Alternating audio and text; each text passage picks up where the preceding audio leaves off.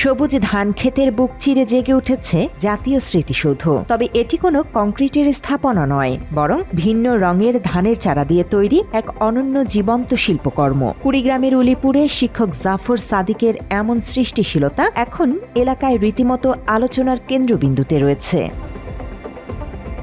এই নান্দনিক কারুকার্যের রূপকার উলিপুর মডেল সরকারি প্রাথমিক বিদ্যালয়ের শিক্ষক জাফর সাদিক। এটি তার প্রথম চমক নয়, এর আগেও ধান খেতে জাতীয় পতাকা ও বাংলাদেশের মানচিত্র এঁকে প্রশংসা কুড়িয়েছিলেন এই সৃজনশীল শিক্ষক। চলতি বোরো মৌসুমে প্রায় 17 বিঘা জমিতে তিনি গড়ে তুলেছেন তার স্বপ্নের এই প্রকল্প।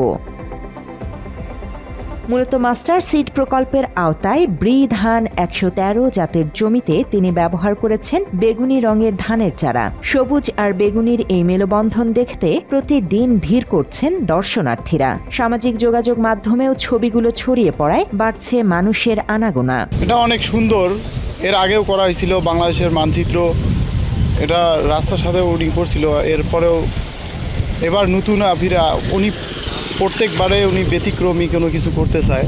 ওনার আঁকা অভ্যাস, উনি একজন স্কুল শিক্ষক, আর উনি এটা করাতে আমাদের এলাকায় দূর দূরান্ত থেকে লোকজন আসে দেখার জন্যে। এই ধান খেতে স্মৃতিসৌধ, শহীদ মিনার, দেশের মানচিত্র, আমার মনে হয় কি এটা মনে করেন যে দেশের প্রতি ভালোবাসা উনি এভাবেই মনে করেন যে ফুটিয়ে তুলতেছে জনগণের মাঝে। এই রাস্তাঘাটে যাইতে আসতে অনেকের লোক দাঁড়ায় সেলফি তোলে, অনেক ভালো লাগে, আমাদেরও দেখে ভালো লাগে। আমি এই যে শেষ চালাইস, এই জায়গাতে খুব উন্নত মানের আবাদে হয়। এই আবাদ কতজন দেখতে আইছে, নকশাটা খুব সুন্দর হয়েছে, বহু লোক দেখতে আইছে। এবং উনি প্রতি বছরে বাংলাদেশের পতাকা, বাংলাদেশের মানচিত্র এবং স্মৃতিসৌধ, এবারে যেমন স্মৃতিসৌধ উনি এঁকেছে, এটা খুব ভালো লাগে। দূর দূরান্ত থেকে লোক আসে, এটা দেখে এবং ছবি তোলে। সহকর্মীর এমন সৃজনশীলতায় গর্বিত জাফরের নিজ কর্মস্থলের শিক্ষকরাও। তারা মনে করেন শ্রেণীকক্ষের পাঠদানের বাইরেও এটি এক অনন্য শিক্ষা। আবু জাফর আমাদের উলিপুর মডেল সরকারি প্রাথমিক বিদ্যালয়ের একজন শিক্ষক। তিনি নিষ্ঠার সাথে এখানে কর্তব্য পালন করে আসছেন আমাদের এই মডেল সরকারি প্রাথমিক বিদ্যালয়ে।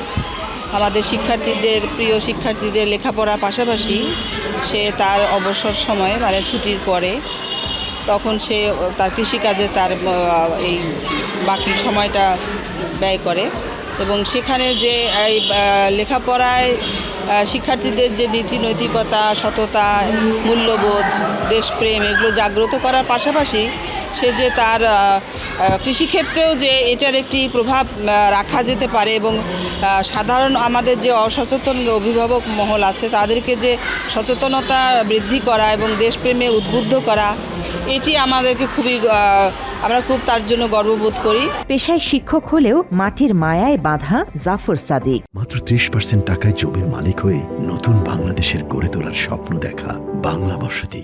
অবসর সময়ে কৃষিকাজেই খুঁজে পান আনন্দ। তার এই উদ্যোগের লক্ষ্য কেবল ফসল ফলানো নয়, বরং তরুণ প্রজন্ম ও গ্রামবাসীদের মাঝে দেশপ্রেমের বার্তা পৌঁছে দেয়া। আমি একজন চাকরিজীবী, প্রাইমারি টিচার, তো পাশাপাশি কৃষিকাজটা করি, এটা শখে কাজটা করি। তো এই কৃষিকাজ করতে গিয়ে বা ধান চাষ করতে গিয়ে ধানের ক্ষেতে ব্যতিক্রমধর্মী কিছু করার প্রচেষ্টা থাকে।